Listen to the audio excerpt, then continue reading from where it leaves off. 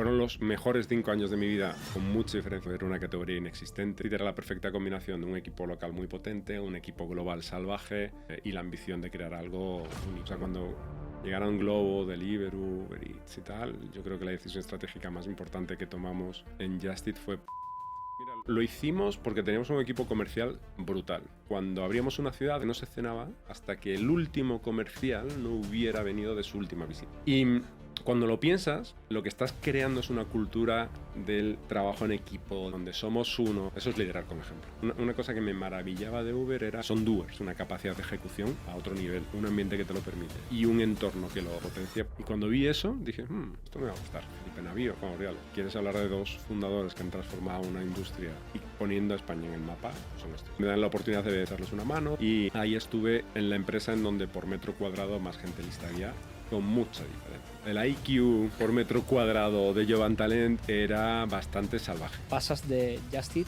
a Uber Eats. Pues se juntaron muchas cosas y lo que sí que valoré muchísimo. Hoy tenemos con nosotros la caja de Jesús Rebollo, un directivo con una carrera incomparable que ha decidido emprender recientemente. L'Oréal, Eurosport o Doctoralia han formado parte de su carrera, pero sin duda es conocido por haber sido country manager de Just Eat desde que la empresa aterrizó en España hasta que superase los 300 empleados, lo que él describe como los mejores 5 años de su vida. Tras eso, fichó por Uber Eats y posteriormente dirigió Job and Talent. Podéis imaginar lo que supone escuchar sus aprendizajes. Así que directamente os dejo con este maravilloso episodio.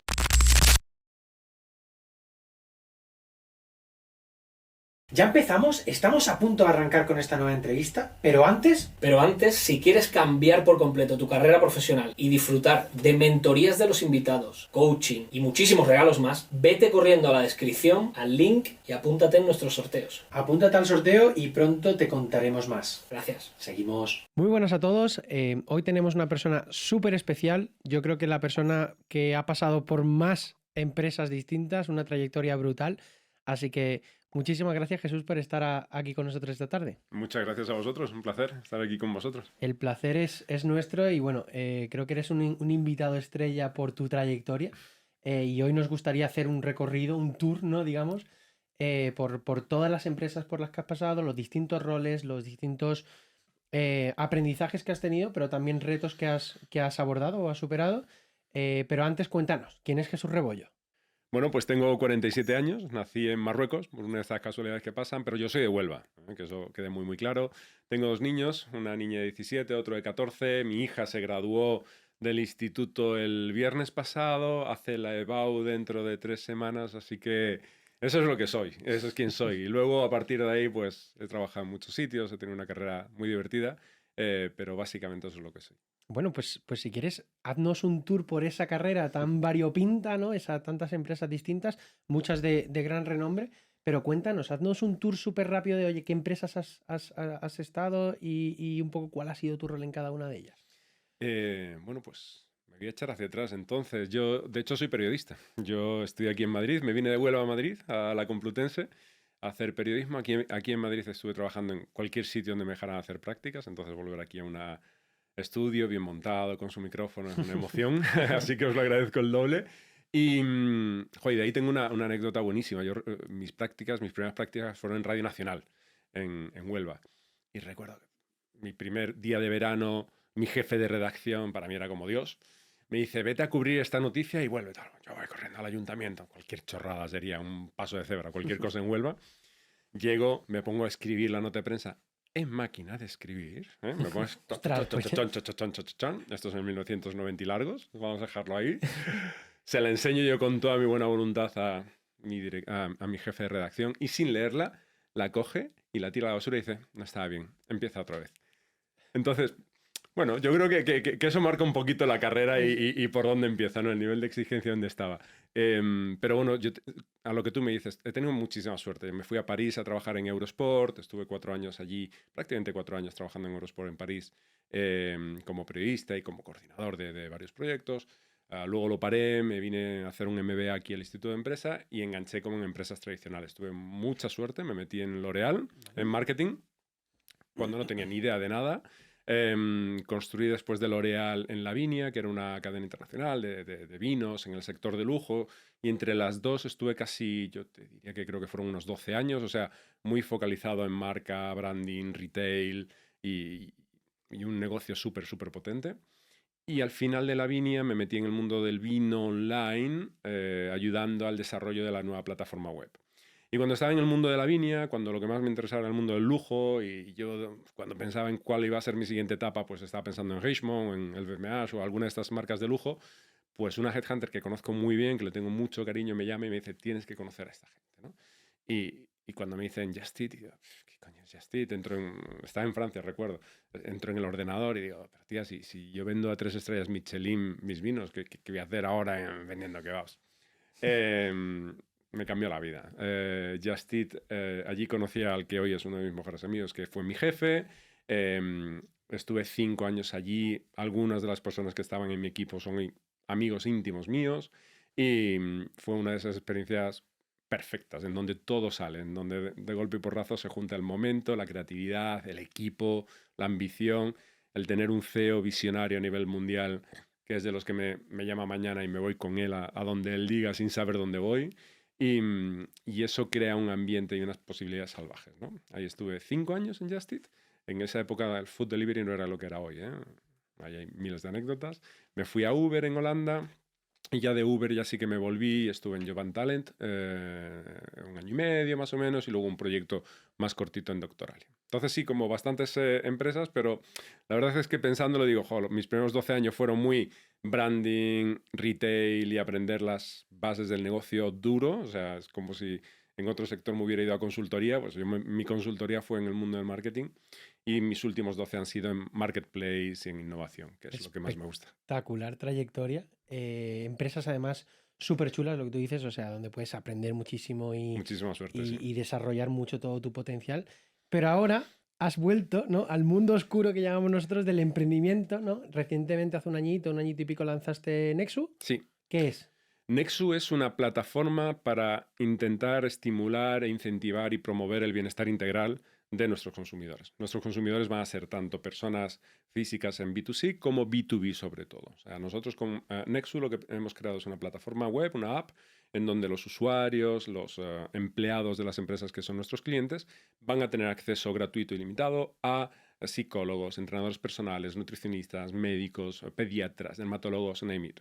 Cualquier cosa que pueda formar parte de mejorar el bienestar integral de la persona es donde nosotros queremos estar. Entonces, esto ha sido un proceso muy, muy bonito, en donde en realidad yo me he unido a un barco que ya está en funcionamiento, porque ya habíamos lanzado el negocio en Turquía, recibo un cold mail directamente por LinkedIn del fundador, que lo había lanzado en Turquía, que quería un poco de ayuda en España, empezamos a charlar y esto que hay muy buena conexión, y digo, me meto, pero me meto con todo, ¿no? Y me encontré con un equipo ya interesante, con gente que teníamos que volver a creer, a crecer, a desarrollar, a montar todo el producto. Y es una locura. Es increíble la entrada que hemos hecho. A mí me entra muchas ganas de ver este podcast ya, porque me están cantando. Bueno, no, hay gente que tiene un sello en su carrera, ¿no? Y dice que eso te da muchas alas. Jesús tiene una oficina de correos entera, con Job and Talent, dirigiendo Job and Talent, Doctoralia, Just Eat.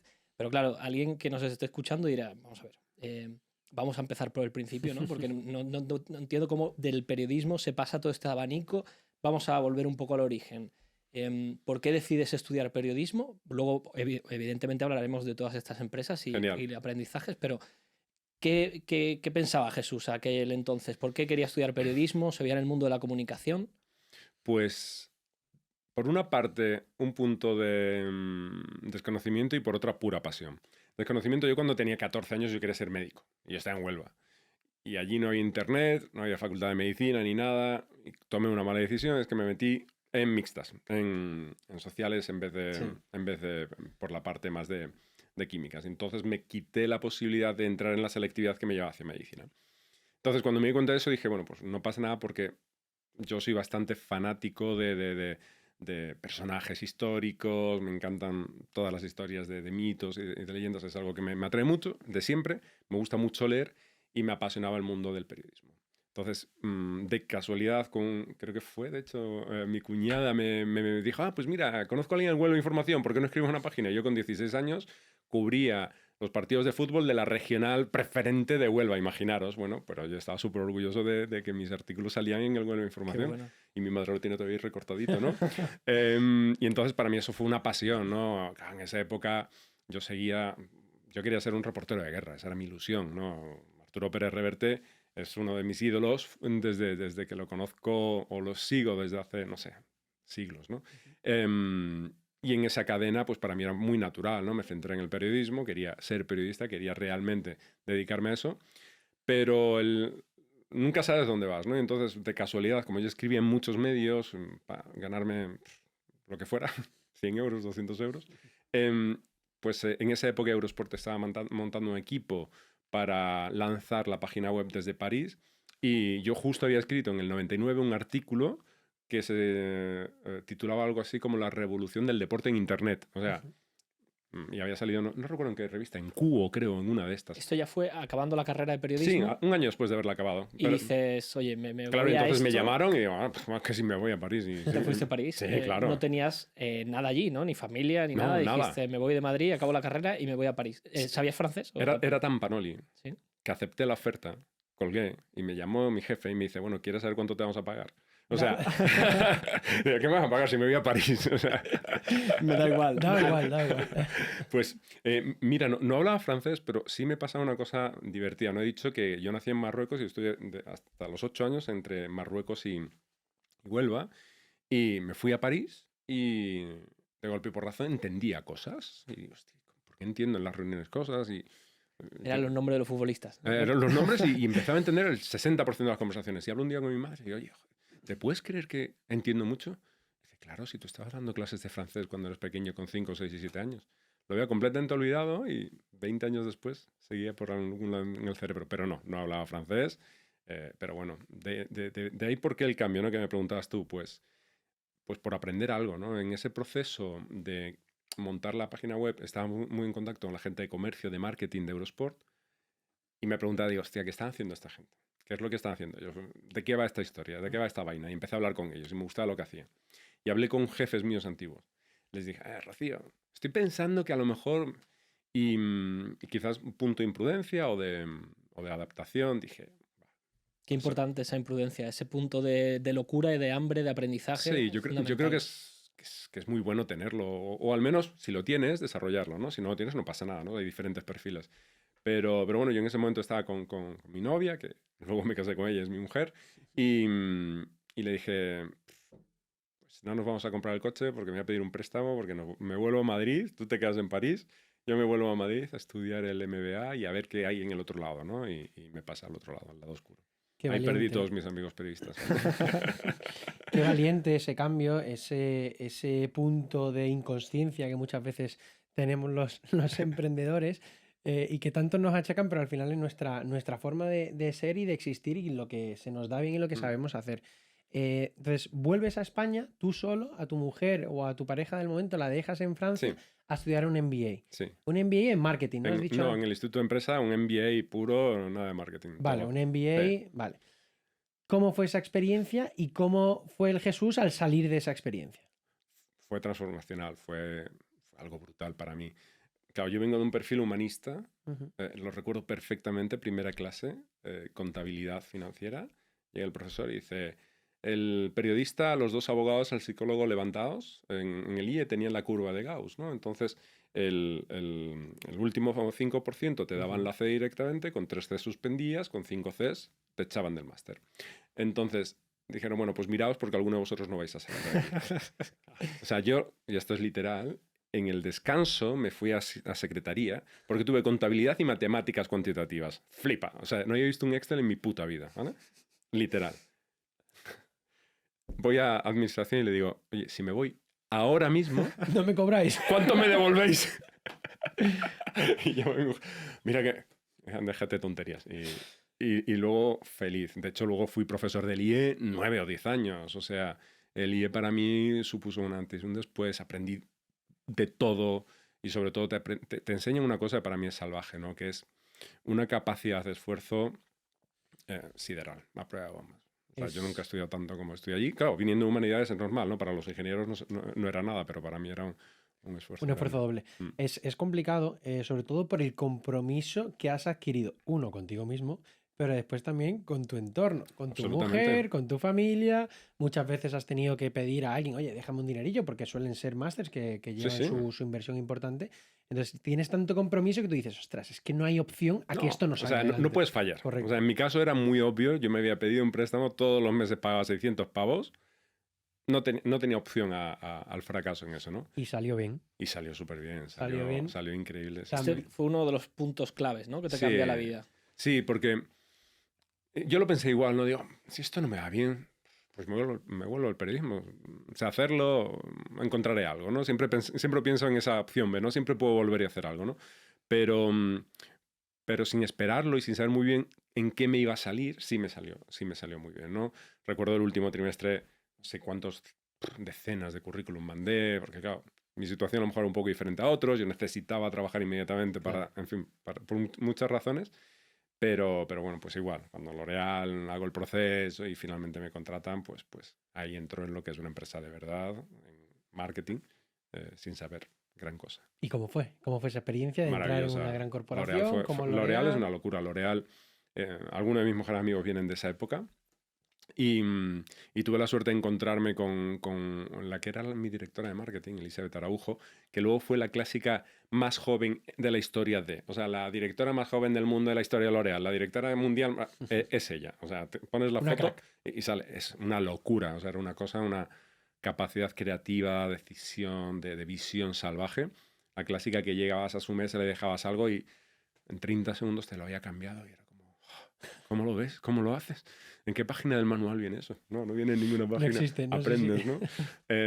No, y estuvo muy divertido. Ahí estuve casi 4 años, ¿no? En mi marca, que era la Hosposé, y haciendo pues puro marketing, puro retail, con todo lo que tiene L'Oréal, ¿no? Que es este espíritu creativo, esta competitividad interna que te hace ser cada día mejor, muchos recursos. Y cuando tienes muchos recursos, tienes que ser muy bueno para gestionarlos y sacarlo mejor.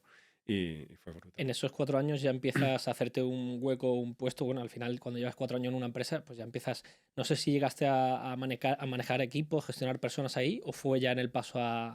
No, ¿cómo fue en L'Oréal? Hace siglos de eso, ¿eh? En L'Oréal, no, llegué a tener, yo creo que serían quizás al principio un par de becarios y luego un jefe de producto junior, pero no eran de grandes equipos. Las estructuras de marketing eran bastante pequeñitas. Entonces lo normal era un par de jefes de producto, un senior y ya luego otros proyectos. Entonces yo ahí estaba en ese proyecto que en persona no llevaba, mi equipo era pequeño, lo que sí es mi equipo de una manera lateral, pues era la red de ventas, cómo influenciar sobre ellos y demás. Y ya digamos que el paso a Lavinia ya fue el puesto que tú dices, oye, aquí esto es algo serio ya, ¿no? Estaba gestionando el tema de todo el equipo de marketing y ventas, ¿no? Sí. Pero igual, que eso es el papel, macho, que en Lavinia es una pasada. En Lavinia 7, 8 años, que le estoy súper agradecido, tanto al que fue el fundador, que el pobre falleció, Thierry Charbon, como al que era mi jefe, Andrés Ardiz. Porque en el papel, o sea, en mi tarjeta ponía una cosa, en la realidad haces de todo. O sea, para mí eso fue una startup no digital, en el sentido que mi primer proyecto fue cambiar la marca a nivel internacional en los 3 países y homogenizar el punto de venta. Esto suena muy bonito. Esto se hace estando noches y madrugadas en la tienda con los diseñadores y los arquitectos, viendo cómo hacerlo y viendo cómo montarlo. Entonces, pero al día siguiente lo mismo tenía que estar presentando para un proyecto en los aeropuertos de Arias o en cualquier historia, ¿no? Entonces, a nivel de ego, cierto que cuando vi la primera tarjetita que decía director de marketing internacional fue como, esto se lo puedo enseñar a mi padre que sabrá que al menos se lo puede decir a sus amigos.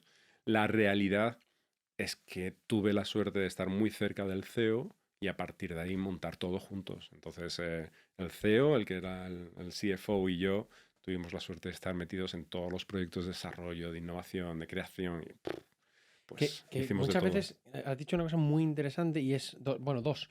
Una es, qué importante es tener una figura que sea un referente para ti dentro de tu empresa, que te permita seguir aprendiendo todos los días. Y que al final te inspire, ¿no? A decir, oye, yo es que quiero ser como él.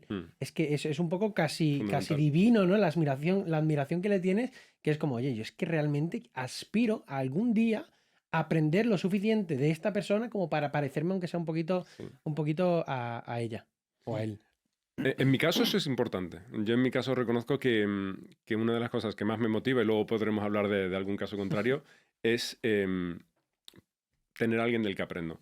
Creo que cuando eres más joven dices, quiero ser como él. Cuando Ya. vas creciendo dices, no voy a ser como él y no quiero serlo, pero qué cosas buenas voy a meter en mi receta, ¿no?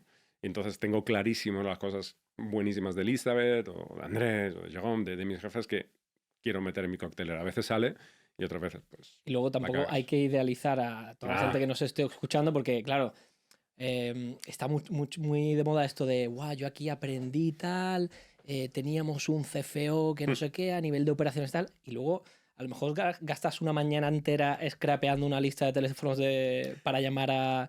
Pero es que yo creo que eso es lo bonito. O sea, Claro. yo creo que la gente que nos tiene que escuchar, hostia, y una startup es eso. O sea, Es una fango. startup es por la mañana scrapear una lista, buscar en ChatGPT el listado de gente que necesitas hablar, empezar a mandar emails, que te respondan, que no te respondan. Pues yo antes de venir aquí me anda una noticia regulera y me cago en la madre que los parió. Bueno, pues tengo que volver a empezar. Esto no, bueno, hay genios y cuando ves un genio lo reconoces. El 99,9 es puro barro y puro trabajo. Perdón. Y a ti, gracias por haber llegado hasta aquí. ¿Por qué, Álvaro? Gracias por haber llegado hasta aquí. Pero, señores, hay que suscribirse. Estamos recibiendo muchísimo feedback positivo de los contenidos, del invitado. La gente está encantada con el podcast, pero no hay suscriptores. Así que tú, ya sabes, si has llegado hasta aquí y si te gusta, dale a suscribir, a la campanita y síguenos para más contenido de valor. Gracias. Se idealiza mucho el mundo del emprendimiento, y yo creo que también hay que saber que quien vaya a emprender, que lo tenga muy claro y que tenga mucho compromiso mental consigo mismo de lo que va a hacer, ¿no? Porque muchas veces yo pienso que desde fuera se idealiza un poco el trabajar en una startup. Sí, yo ahí tengo no sé si es contrapunto, pero sí que me parece importante el tener referentes, pero el saber que detrás de todo título, de todo job title, ¿no? que se dice, hay una persona, ¿vale? Y es que las empresas, aunque ahora tengamos la IA y haya mucha tecnología entre medio, todo lo que hay detrás son personas. Entonces, al final, no hay que olvidar eso. Y entre personas lo que hay son conexiones emocionales, y para mí es lo que es importante crear, sea una startup, sea una macrocorporación, Sí. crear buenas relaciones. Tú lo decías antes, grandes amigos míos de vida Mm. vienen de mi relación laboral, ¿no? Sí, al final cuando lo piensas, ostras, ¿dónde pasas más tiempo que trabajando, no? Incluso, a lo mejor si queréis luego podemos hablar del impacto que ha tenido el mundo híbrido, el remoto y tal, en las relaciones sociales de los jóvenes, que a mí me preocupa mucho. Toda esta generación de menos de 30 años que nos ha pasado 12 horas en la oficina trabajando y luego irse de juerga 6 horas durante 4 días a la semana, que es lo que dice yo de los 20 a los 26, ¿qué han hecho con su vida? ¿Cómo están sus relaciones sociales? Bueno, pues sería para hablarlo, ¿no? Pero mira, tú has mencionado un par de veces el tema del emprendimiento, ¿no? Y el otro día hablaba con Álvaro Dexeus, que es el director de Pleo para Europa del Sur, ¿no? Y él habla de una figura que yo me asemejo más a ella y creo que estoy mucho más cercana, que es el intraemprendedor, ¿no? Ujú. O sea, yo creo que hay personas que son profundamente emprendedoras de serial entrepreneurs, y yo creo que yo soy una persona que encajo mucho más con esta figura de un intraemprendedor, y creo que cualquier opción es válida. O sea, creo que lo que diferencia quizás esta forma de pensar es cómo soy capaz de transformar un negocio desde dentro, o creándolo o desde dentro. Y hay personas que entran en un negocio y simplemente lo mantienen, y personas que son capaces de encontrar la chispa que cambia un modelo, que cambia un negocio, que genera un crecimiento, ¿no? Y creo que eso es algo que mucha gente no piensa, es que a mí no se me ocurre la gran idea para emprender. Digo, no pasa nada. Emprende en tu propia empresa, cógete un proyecto y lánzalo, cógete una idea y rómpela. Eso es emprender también. Y qué importante es para esas empresas ya más consolidadas, más grandes, dar ese hueco a la gente que se identifica, ¿no? Que tiene ese potencial de crear. Porque al final, para mí es una de las grandes palancas que tienen de innovación interna. Y muchas veces me he encontrado gente que se le ve ese espíritu, que dice, oye, es que me encanta la empresa para la que trabajo, me encanta mi marca, soy un embajador de mi empresa allá por donde voy, pero no encuentro el hueco. Y muchas veces se sienten, entre comillas, obligadas a buscar una alternativa porque internamente no son capaces de encontrar ese aliciente o esa necesidad de crear que tú mencionabas, ¿no? no siempre pasa, ¿no? Pero yo animo mucho a los equipos y a los juniors a tirar la puerta a trompada. O sea, los huecos no existen, los huecos se crean. Sí. O sea, si tú esperas que alguien te dé un hueco, no te lo va a dar. O sea, ve a tu manager, ve a tu jefe y dile, mira lo que he hecho, mira lo que te he conseguido, te lo darán. Si es medio listo, te va a decir, tira para adelante. Si no, cámbiate. Pero esperar que el hueco te venga... Es complicado. Eso no es fácil, eso no existe. Eso no llega Eso no directamente. llega. O sea, está muy bien, quédate ahí tranquilo y en tu mente hazte pajaritas, pero no te va a llegar. Sí, hay que pensar mucho y reinventar dentro del estándar que normalmente hay en una empresa. Vale, estamos por la época de Lavinia, que ahí tiraste la puerta también. ¿Cómo fueron esos años? ¿Qué te aportaron? Pues me aportaron muchas cosas. O sea, trabajar en retail es horriblemente duro. Hay que trabajar muchas horas, hay que trabajar muchos fines de semana. En concreto, mi sector, que es el sector del vino, que un gran porcentaje de nuestra cifra de negocio lo haces desde el 15 de noviembre hasta el 10 de enero, te quedas sin navidades y sin fechas importantes. Y eso te enseña a sufrir, te enseña a trabajar duro, te enseña a crear, te enseña a ser riguroso, te enseña a no tener muchos recursos y adaptarte. Y si eso ocurre en mitad de la gran crisis del 8 al 12 de España, en donde no se pasó muy bien, pues eso te enseña a encontrar nuevas vías de negocio, a optimizar todos tus flujos, todos tus procesos, toda tu organización y a que una sola persona tiene que ser capaz de hacer muchas más cosas, ¿no? Lavinia fue brutal para mí por eso, porque me permitió aprender mucho, trabajar de una manera intensa y sobre todo estar en el mundo del vino, leche. Venga, va. que es una de mis pasiones y es que trabajar en el mundo del vino es una gozada por lo que haces, por lo que tocas, por lo que generas de felicidad, ¿no? Yo siempre lo decía, digo, vender una botella de vino es vender felicidad. Cuando te quieres emborrachar te pillas una ginebra, un vodka y tal y lloras las penas. El vino lo vas a compartir casi siempre. Pero ojo, qué importante es, y lo hemos pasado de refilón, el estar alineado con el propósito, con lo que haces, con el producto, con la visión de la empresa para la que trabajas. Oye, no va a haber nadie que venda mejor el vino que un apasionado del vino. No va a haber nadie que venda mejor bienestar o salud que alguien que es deportista, que se cuida, que ya tiene ese tipo de estilo de vida saludable en su propio día a día y que le apasiona, ¿no? Que le gusta siempre mejorar en ese campo. Sí, si eres capaz de... Si tienes la suerte de encontrar eso, es perfecto. Si no, o sea, igual creo que hay que desmitificar muchísimas cosas en este mercado, ¿no? Es bueno, que lo importante es adaptarse, ¿no? Si encuentras un negocio interesante, una empresa que te gusta, una marca... A lo mejor los tornillos no te apasionan, pero resulta que el jefe, el CEO de esa empresa, es un tío brillantísimo y vas a aprender de él una barbaridad. Oye, pues tírate trabajando con ello, porque a lo mejor te vas a ir a montar una planta en China. Fíjate si te va a salir y la una experiencia en sí... ¿Sabes? Ya, Que no hay tanto... no sé, a lo mejor ya empiezo, como ya no tengo ni canas que peinar, soy bastante más frívolo con ese tipo de cosas y dejo las cosas fluir y que vayan viniendo. Y de repente, en el 2014 empieza a Just hablarse de la comida a domicilio. Supongo que 2 players, de Nevera Roja y Just Eat, o no sé si hay alguno más. Sí. Y empiezas a liderar Just Eat en España. Lo decía antes, fueron los mejores 5 años de mi vida con mucha diferencia a nivel profesional por muchos motivos, ¿no? Primero, por crear algo, o porque era una categoría inexistente o prácticamente inexistente, aunque ya nuestros amigos Baris y Diego con Sindelantal habían empezado a hacer sus pinitos y tal. Just Eat ya llevaba tiempo haciéndolo, luego cuando ya estábamos ya la Nevera Roja surgió y Just Eat era la perfecta combinación de un equipo local muy potente, un equipo global salvaje y la ambición de crear algo único, ¿no? Entramos en pre-IPO, o sea, todo era el momentum perfecto. De esa época, ¿cuál recuerdas? Oye, son 5 años supongo, de muchas experiencias. Tu mayor challenge y tu mayor éxito, si lo podemos decir, dentro de esa etapa. Mi mayor challenge, pues es que tampoco tuve grandes challenges. O sea, creo que fue... Solo estaba creando una categoría en el país, ¿no? No, ¿sabes qué? Que lo sorprendente fue... Pues mira, esta es una anécdota, ¿no? Os digo, yo venía del 8 al 12. Jodido, negocio retail muy duro. Y yo llegué a la oficina el primer día y llegaba un poco tarde a las reuniones y la gente estaba sonriendo, como muy feliz, ¿no?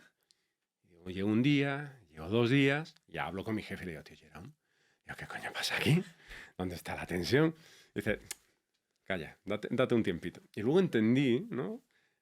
Que además es mucho más natural a mi forma de ser, el impacto positivo que tiene generar un ambiente de trabajo en donde las personas pueden realizarse, pueden ser como son, pueden crear y pueden crecer. Claro, esto lo puedes decir en una empresa que va creciendo al 100% año sobre año, al 300 años sobre año, en una empresa que crece 0,1%, es muy jodido, es muy diferente.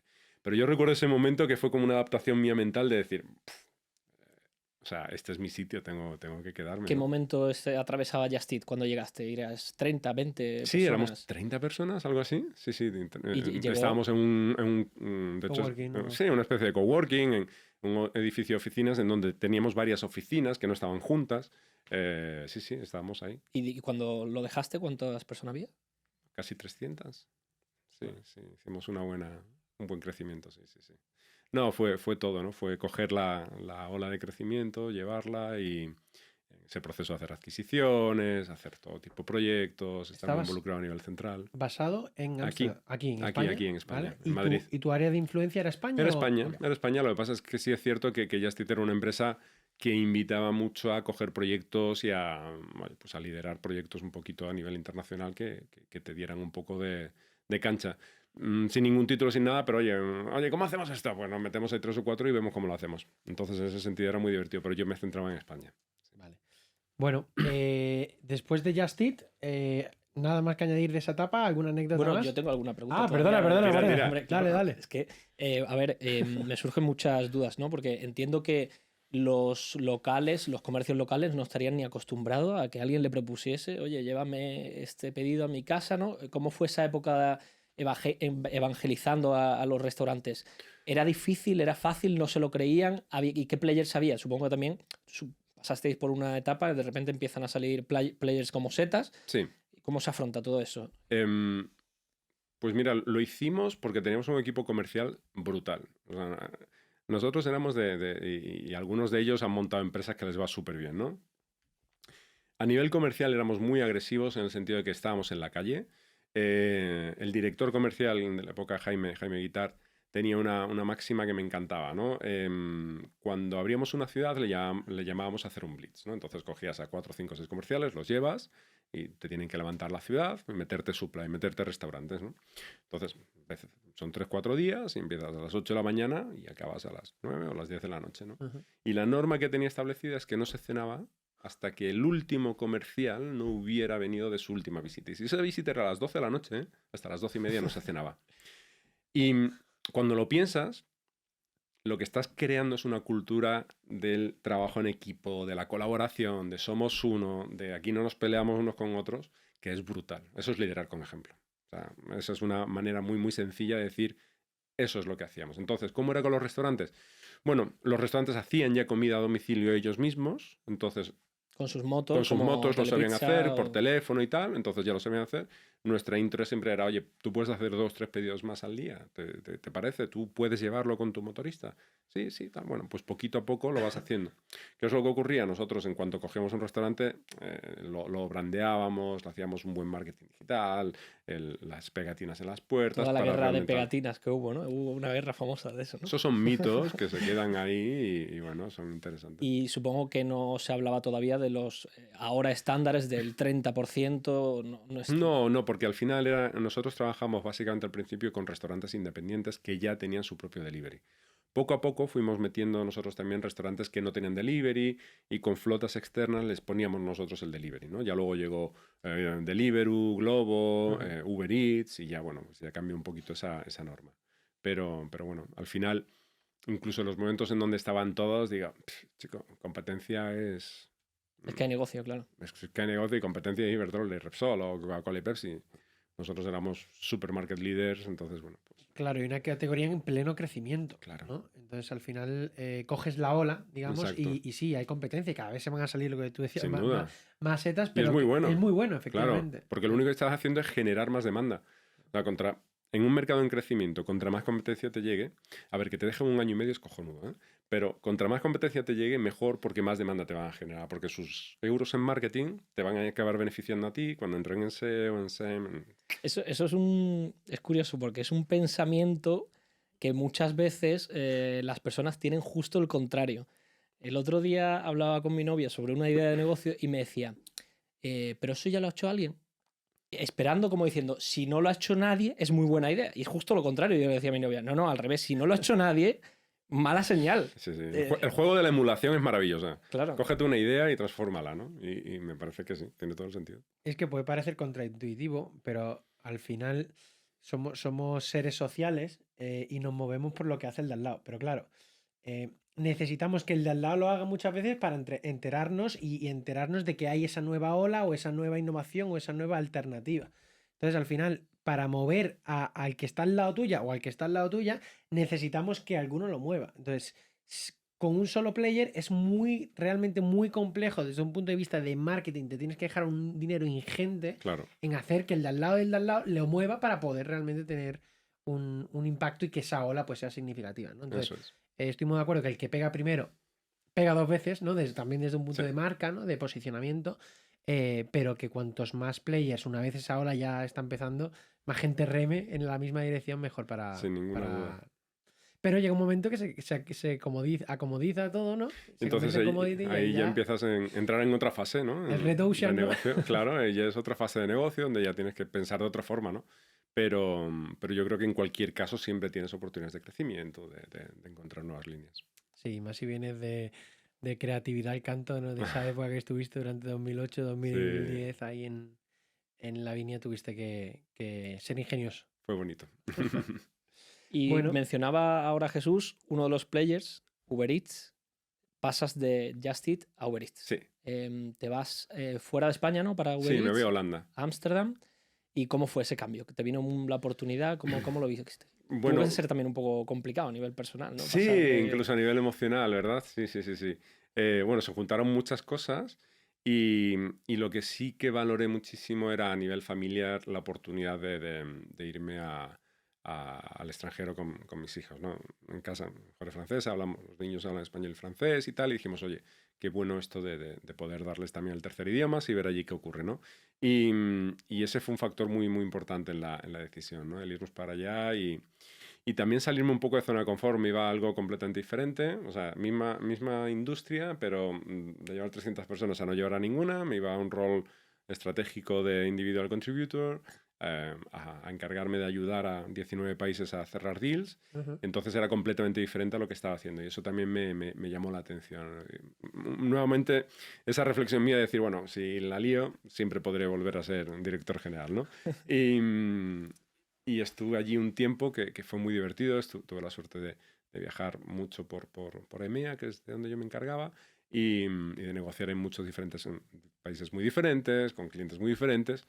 Y fue una oportunidad brutal, muy, muy divertida. Me lo pasé muy bien. ¿Cómo se experimenta el cambio de cultura, ¿no? Supongo una cultura donde tú un poco has sido parte creadora de esa cultura, de 30 a 300, ¿no? A una cultura que ya suele estar una empresa bastante consolidada, a la que llegas y ya está instaurada. ¿Cómo fue ese cambio cultural? Fue complejo. Los primeros días era esta sensación de estar perdido, de qué haces, cómo lo haces, pero luego no sé, luego las cosas fluyen naturalmente, ¿no? Una cosa que me maravillaba de Uber era hay una cultura muy emprendedora dentro de Uber, ¿no? Hasta el punto que yo creo que el segundo día o el tercer día de estar yo en Uber me salta un Slack de un chico, me conocía, imaginaos, me cago, pues a lo mejor estaba 4 o 5 rangos por debajo, era un becario que tenía una idea de cómo optimizar el delivery time de unos restaurantes en un sitio. Me dice, mira, como tú has hecho esto en España, creo que tú me puedes ayudar. Entonces, directamente un becario, que puedes pensar que a lo mejor puede ser más tímido, vamos a decir, un directivo a nivel EMEA, me escribe y me dice, mañana comemos juntos que te lo quiero contar. Y en ese momento dije, aquí hay cosas que molan mucho. Pues entonces es una cultura muy abierta, es una cultura de mucha innovación, en donde son doers. O sea, una cosa que Uber tiene maravillosa es una capacidad de ejecución brutal, a otro nivel. Y lo es porque la gente es muy lista. Claro, tienes gente muy lista, un ambiente que te lo permite y un entorno que de alguna forma lo potencia, pues se generan ideas brutales. Y cuando vi eso, dije, esto me va a gustar. Y ya luego la gente es normal. Es que al final pues pasas ahí 2-3 días perdido, no sabes cómo usar los diferentes sistemas, tal, el Workday o como se llame. El cuarto día te vas a tomar un par de cervezas y todo empieza a funcionar. Empieza a funcionar, ¿verdad? ¿Y qué recuerdo qué recuerdo tienes de este sector? ¿Cómo ves un poco ahora toda la regulación que está habiendo en España? Cada vez quedan menos players también. ¿Cómo ves esta visión de este juego? Bueno, arrancamos o sea, cuando llegaron Globo, Deliveroo, Uber Eats y tal, yo creo que la decisión estratégica más importante que tomamos en Just Eat fue precisamente no hacer eso. Y eso lo hicimos, ¿cuándo fue? En 2017, 16, una cosa así. O sea, la decisión estratégica que defendimos tanto Joan Gavan como yo al equipo de Londres es: esta vía es más cara, pero no vamos a entrar en hacer autónomos, porque en algún momento va a estallar. Y nosotros estamos en bolsa, nosotros tenemos EBITDA positivo, somos una empresa responsable, necesitamos dar un ejemplo diferente a la comunidad. Y entonces, pues yo como ex Just Eater lo veo con mucho orgullo, porque me parece que era el camino que había que seguir. Y otra cosa es si estoy de acuerdo o no con la ley, con todo esto, que yo soy bastante más libertario en este tipo de situaciones. Pero sabiendo lo que iba a pasar, creo que era la decisión que había que tomar. ¿Cómo lo veo? Pues que es una situación jodida, porque tienes una ley muy clara y hay gente que a lo mejor está bordeándola, ¿no? No voy a entrar en más detalles. Zonas grises. Zonas grises, ¿no? Hoy sale una noticia, ¿no? Que Uber acaba de adquirir el 3%, ha comprado Food Delivery en ¿dónde es? En Asia, y una participación de Globo. Bueno, habrá movimientos, tiene que haberlos. Y tras esto, te llama Job and Talent. Sí, bueno, estábamos en Holanda y nos teníamos que volver a España por varios motivos, y yo había conocido antes a Felipe Navío, pues otro, Felipe Navío y Juan Urdiales. O sea, si quieres hablar de dos fundadores que han transformado una industria y que lo han hecho generando valor en todos los elementos de la cadena, cumpliendo escrupulosamente con la ley y poniendo a España en el mapa, pues son estos dos. O sea, sin más. Yo les tengo un respeto salvaje, ¿no? Y nadie me dan la oportunidad de echarles una mano, de trabajar en el proyecto de España, de coger el equipo. Una época difícil en COVID, saliendo de COVID, yo viviendo en Holanda, en fin, fue un poco complicado, pero ellos me ayudaron mucho. Y ahí estuve en la empresa en donde por metro cuadrado más gente lista había, con mucha diferencia. O sea, os hablaba antes de Uber. El IQ por metro cuadrado de Job and Talent era bastante salvaje. Era una cosa de... O sea, yo he visto un tío que resolvió un problema con una raíz cúbica, que yo no veía desde, no sé, desde tercero bueno, pues, ¿qué coño estás haciendo? Bueno, pues, este tipo de nivel lo había ahí, ¿no? Y no solamente eso, sino que era capaz de ejecutar. O sea, una capacidad brutal. Entonces, en Job and Talent fue un año, sí, casi 2 años duros, muy, muy duros, de muchísimo trabajo. Y ahí aprendí lo que no me gusta. Y Job and Talent es un trabajo durísimo que requiere además una personalización al servicio importante, ¿no? Y entonces, bueno, pues al final, cuando tienes 20.000 trabajadores en la calle trabajando, requiere un nivel de atención y de servicio muy, muy, muy importantes, ¿no? Pero es que, no sé, es que lo que han hecho me parece... Han transformado una industria. O sea, a mí cuando ahora me hablan de las grandes, ¿no? ¿Dónde vais? O sea, le han dado una vuelta por completo y están en Estados Unidos. O sea, me parece que es un modelo... Ojalá les vaya muy, muy, muy, muy, muy bien. En muy poco tiempo, 2 personas que han estado aquí han mencionado a Juan Urdiales. No sé si lo recuerdas. Hace 2 semanas estuvimos con Ramón de Trackster, que Juan Urdiales ha invertido en Trackster. Ahora tú también lo mencionas. Estamos estrechando el círculo. Sí. Hay que traerlo ya. Yo creo que le enviaremos los clips. A ver si... Y luego la pregunta que se me viene a la cabeza es, al final... a ver, igual dime con total sinceridad si estoy loco perdido o si lo ves como yo, pero en Job and Talent hay demanda de empleo y oferta de empleo. En Just Eat hay demanda de comida y oferta de comida. ¿Hasta qué punto se pueden establecer estrategias similares en sectores tan diferentes? Sí, es que es lo que os decía al principio. Si hacemos un zoom out, al final yo lo que llevo haciendo 12 años es hacer el match de demanda y supply, ¿no? Restaurantes, doctores, empresas, workers, usuarios y customers. hay muchas dinámicas que son muy similares. Entonces, cuando lo ves, unes las conexiones muy rápidamente. Entonces, todo lo que son network affairs, todo lo que es, ¿vale? Cómo tienes que capturar supply para activarla, para que en la activación...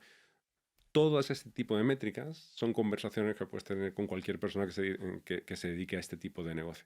Entonces, en el fondo, ahora que estoy moviéndome quizás a un terreno más entre la suscripción y tal, ahí empiezan a entrar otras variables, pero en todo lo anterior, no te voy a decir lo mismo, ¿no? Pero el approach mental era relativamente sencillo.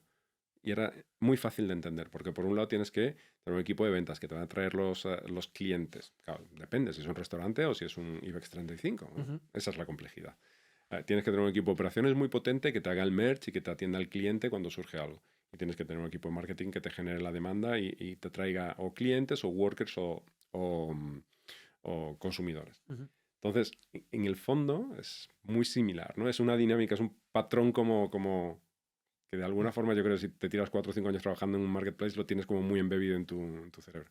Entonces yo muchas veces me equivoco. En vez de decir doctores digo restaurantes. O sea, eso me pasa con mucha frecuencia porque sigo con el patrón que tengo en la cabeza del macheo.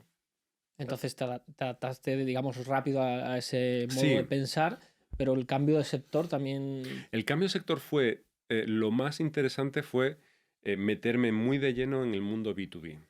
Entonces, en el mundo B2B... con negociaciones muy largas, con pliegos públicos, en fin, con una estructura comercial muy diferente, ahí sí que fue un modelo de aprendizaje para mí, ¿no? Pero lo mismo, que al final es sentido común y tener buen equipo. Pues es que teníamos muy, muy buen equipo. Entonces, claro, cuando tienes un equipo de ventas potente, generoso, que no te va a poner una zancadilla, que no te va a traicionar, pues es que es muy fácil. En 2 semanas entiendes el negocio y en un mes tienes que estar dando valor, ¿no? Y si además tienes un equipo que Jopantal en la época lo tenía a nivel C-level tan fuerte, no solamente ellos dos, sino Sepe, Carlos, en fin, todos los que están allí. El reto es estar al nivel. Qué exigente eso que has dicho, ¿eh? En un mes casi estás entregando valor, me parece... Bueno, llámale X, ¿no? Pero no necesitas 6 meses para... O sea, en un mes al menos tienes que saber lo que tienes que hacer. Yo lo único que siempre digo a mi equipo, o sea, a un senior que llegue en un mes no tienes que saber nada, ¿no? Pero como mínimo saber lo que no hacemos. Eso yo creo que es fácil, ¿no? Claro. Y cuando llegas a una empresa y tienes cierta experiencia, bueno, puedes hacer las preguntas adecuadas. Como mínimo hacer las preguntas adecuadas. Para mí eso ya es entregar valor, ¿eh? Oye, ¿por qué estás haciendo esto así? Dice, hostia, pues no lo sé. Porque llevo 3 años haciéndolo. Pues, claro. eso te voy a cambiar. Es muchas veces parte del objetivo, ¿no? De traer una persona de fuera con cierta trayectoria, cierta experiencia, oye, que nos traiga ideas nuevas, ¿no? Y formas distintas de ver las cosas, ¿no? Sí.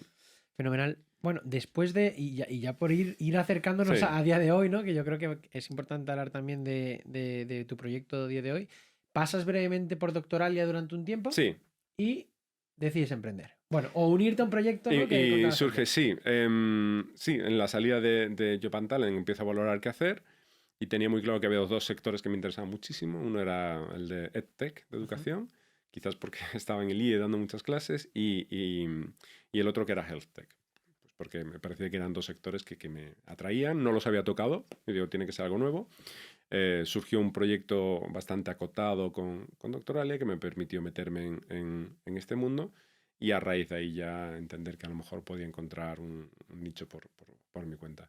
Y en eso estoy desde hace un año, o más de un año ya, metido de lleno en Nexu con el equipo, que lo tenemos aquí en Madrid, y la verdad es que súper, súper contentos. ¿Cómo son las sensaciones? ¿Cómo va el proyecto? ¿Qué retos tenéis? Lo hablábamos antes, ¿verdad? Antes de arrancar. Nos tiramos... Yo, pero el equipo sobre todo, ¿no? El año pasado fue un año en donde teníamos abierto B2C y estuvimos trabajando en producto muy intensamente para montar B2B. No solamente montar B2B, sino que hicimos una cosa que yo creo que fue muy, muy inteligente, que el año pasado operábamos bajo otra marca, que no era Nexu. Y lo hicimos de una manera inconsciente al principio y luego fue una decisión total, que es decir, mira, vamos a usar otra marca para el primer año, que pase lo que pase y que nadie se entere, y cuando lancemos B2B ya vamos a ir con nuestra marca potente. Entonces, al mismo tiempo que íbamos haciendo nuestro producto, mi equipo de marketing interno, y aquí es el equipo de Diego Daristegui y todo el equipo nuestro, que son otras 3 personas, todo el equipo nuestro. Ellos solo hicieron un ejercicio de naming y de branding completo. Entonces, lo que esto normalmente en una empresa te lleva 100.000 pavos con una agencia, pues lo hicimos con 5 reuniones y un par de pizzas, ¿no? Y claro, el orgullo y el sentimiento de pertenencia del equipo es brutal. Y la profesionalidad fue espectacular, ¿no? Entonces, cuando hemos estado tanto tiempo ahí en la sombra y ahora desde enero que empezamos a salir a B2B, que empezamos a ir a clientes, que empiezan a entrarnos clientes, que empezamos a ver que los usan y que la gente coge el producto y dice, ah, coño, pues va bien, ah, hostia, pues en serio, en 15 minutos tengo un médico, en serio que me va a mandar una receta y solamente me va a costar esto, estás de broma. Bueno, pues cuando empieza a pasar esto, dices, aquí empieza a haber algo que funciona. Entonces ahora el equipo estamos muy, muy, muy contentos porque estamos viendo que todo este trabajo, el usuario, el cliente lo está valorando. Y la sensación, yo voy a las reuniones sin ordenador, enseño el producto, enseño con mi móvil, cojo la app y cuando el cliente dice, digo, pues algo hemos hecho bueno. Ese efecto wow, ¿no? Que muchas veces la gente de producto dice que es donde hay que llegar. Vale, porque entienda todo el mundo que nos escuche qué es lo que ofrecéis exactamente en Nexu. Has dicho que habéis pivotado un poco hacia el B2B, ¿no? Este año. Absoluto. Pero ¿cómo es el producto? ¿Cuál es la solución? Mira, nosotros hemos creado una plataforma, una app, básicamente, en donde los empleados de las empresas, el modelo de negocio es que la empresa va a pagar un fee por empleado, ¿de acuerdo? Un fee determinado, 5 o 6 euros por cada empleado. Y los empleados van a tener acceso gratuito a los servicios que nosotros ofrecemos. ¿Y qué servicios ofrecemos? Lo que hablaba del bienestar integral de la persona, ¿no? De cómo podemos ayudarle a tener una mejor salud mental, a tener un mejor bienestar emocional y un mejor bienestar físico. ¿Esto qué quiere decir? Pues que en nuestra plataforma vas a tener psicólogos que te pueden ayudar en momentos en donde necesitas cierta ayuda o simplemente porque quieres empezar a cuidarte de una forma más proactiva. Yo creo que la clave de la psicología es cuando supuestamente estás bien y simplemente quieres ir trabajando sobre tu salud emocional, tu salud mental. Todo lo que es el bienestar emocional viene de la mano del equipo de nutricionistas, de entrenadores personales que tenemos. ¿Por qué? Pues porque cuando empiezas a trabajar la salud mental y empiezas a combinarlo con ciertos cambios de hábito, el efecto compounding es exponencial. Ya no solamente estás sintiéndote tú mejor mentalmente, más equilibrado, más en paz, más en armonía, sino que has empezado a hacer algo diferente, que has empezado a andar 10.000 pasos, o que has empezado a levantarte media hora antes por la mañana para que te dé sol antes de irte a la oficina y encerrarte. O porque has cambiado tu alimentación. Cuando empiezas a tocar todo eso, generas un cambio. Pero además de todo esto, puede ser que un día te encuentres mal. O sea, la cabeza, no puedo ir, me ha salido una manchita. Bueno, pues para eso tenemos a nuestros profesionales médicos. Tenemos a dermatólogos, médicos de familia, urólogos, ginecólogos que trabajan con nosotros en todo a través de Internet, por supuesto, todo a través de videoconferencia. Y eso es lo que le ofertamos a los empleados. Entonces, para un empleado de cualquier empresa, lo que se va a encontrar es una plataforma gratuita para tener acceso inmediato a profesionales de la salud o del bienestar. Y eso es algo que claro, está encantando. Entiendo que, no sé, corrígeme si estoy equivocado, ¿tiene que estar complementado con algún tipo de seguro privado o no? No, en absoluto. Es todo lo contrario. Al final, más que todo lo contrario, es complementario, te diría. Tú puedes tener seguro y muchas empresas nos dicen, no, nosotros damos seguro. Me digo, genial. ¿Y lo pagáis vosotros o lo paga el usuario? No, bueno, lo paga el empleado. Vale, ¿y cuántos lo tienen? Bueno, pues ahí empezamos a hablar, ¿no? Nosotros queremos todo lo contrario. Como os digo, nuestro modelo de pricing es brutalmente agresivo. Es un pricing muy bajo por empleado y lo que queremos es que el mayor número potencial de empleados acceden al servicio. Y ahí es donde pues, me encanta cuando trabajamos con empresas en logística o en hospitality y tal.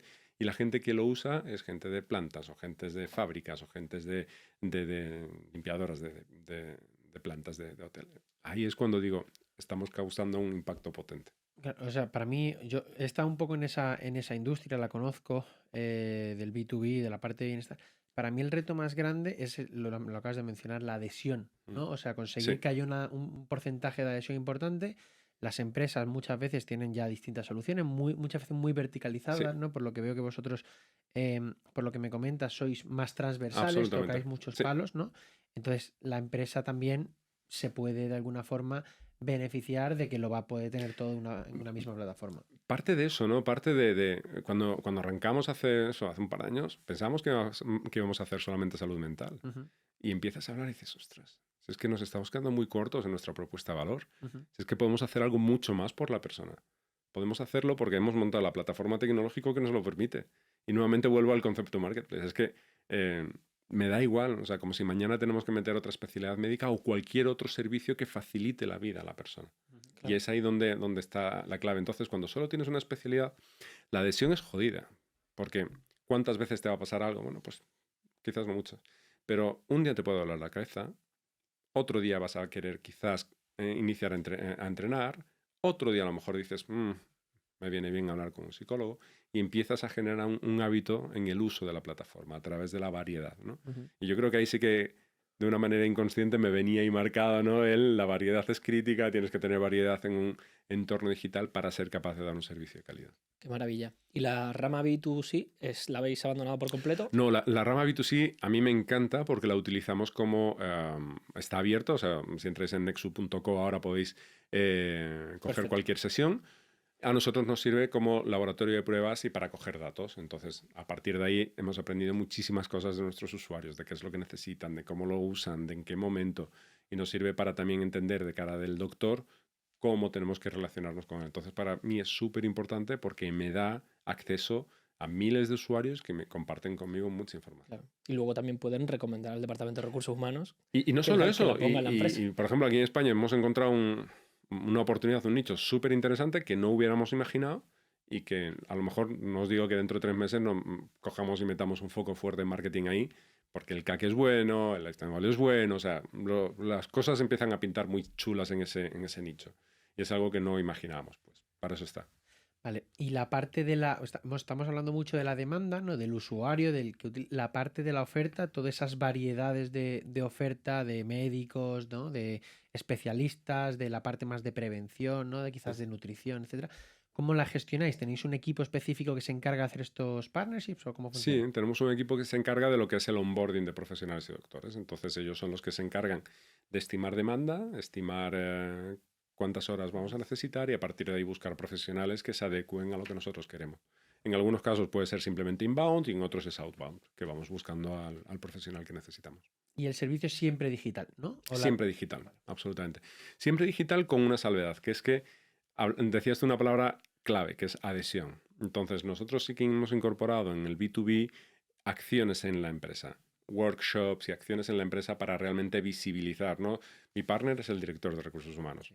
Entonces es, oye, ¿qué es lo que te preocupa? ¿Te preocupa el absentismo, que en España ahora es un drama? ¿O te preocupa la productividad o el engagement? Oye, pues vamos a hacer un workshop, te vamos a llevar a un psicólogo, vamos a hacer un taller en tu equipo para sensibilizar contra más gente mejor sobre este tipo de problemas. La activación, ¿no? Ese onboarding, supongo que tendréis ahí unos meses, ¿no? Unas semanas desde que tenéis el OK, la green light de recursos humanos para hacer que y al final es una curva, ¿no? Porque muchas veces el que entra ya está ahí y genera lo que hablábamos antes, ¿no? De que el de al lado le recomienda al del otro. Que en una empresa, al ser un entorno mucho más acotado, ahora con el remoto no tanto, pero están las herramientas, ayuda mucho a esa recomendación de decir, oye, ¿no has visto esto que nos lo han puesto gratis? Pues míratelo. De eso se trata y eso es lo que queremos.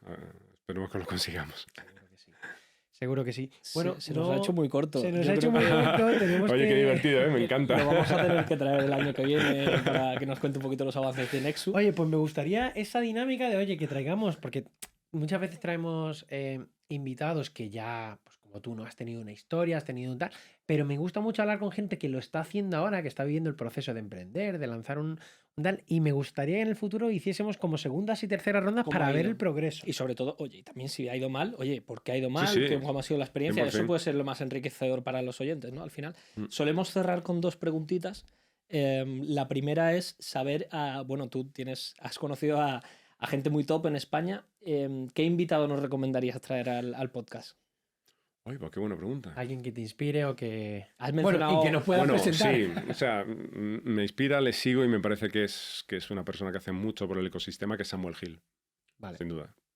O sea, me parece que es un personaje absolutamente imprescindible. Si te interesa el mundo de las startups, si te interesa el mundo de la salud y de la tecnología, Samuel, tanto en en su fondo como en su plataforma, en Suma Positiva, que es su newsletter, y en Health and Wealth, que es su comunidad, aporta un valor incalculable. Qué bueno. Fenomenal. Pues le intentaremos contactar, le diremos que tú nos has dicho de hablar con él, pero joder, ojalá poder tenerla aquí.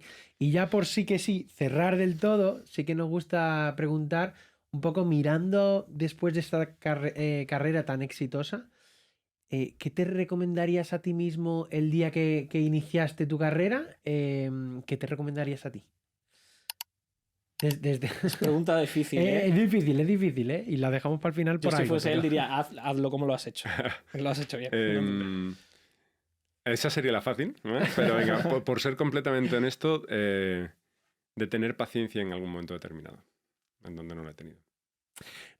Nosotros sabemos de eso. Yo me siento muy identificado porque tenemos mucha hambre y muchas ganas de hacer paciencia. cosas, pero la paciencia es súper importante. Qué difícil es tenerla. Saber marcar los tiempos. Yo te diría, es tener paciencia y no salir de una empresa si tu jefe es la bomba. O sea, si tu jefe es alguien que realmente aprecias, no... Quédate ahí. Quédate. Bueno, pues aquí nos vamos a quedar hoy. Nada, Jesús, de nuevo te agradecemos muchísimo que hayas venido. No, gracias a vosotros, me ha encantado. Tu trayectoria es apasionante, ojalá algún día poder contar algo similar. Y nada, a vosotros que habéis llegado hasta aquí, agradeceros que hayáis terminado la entrevista.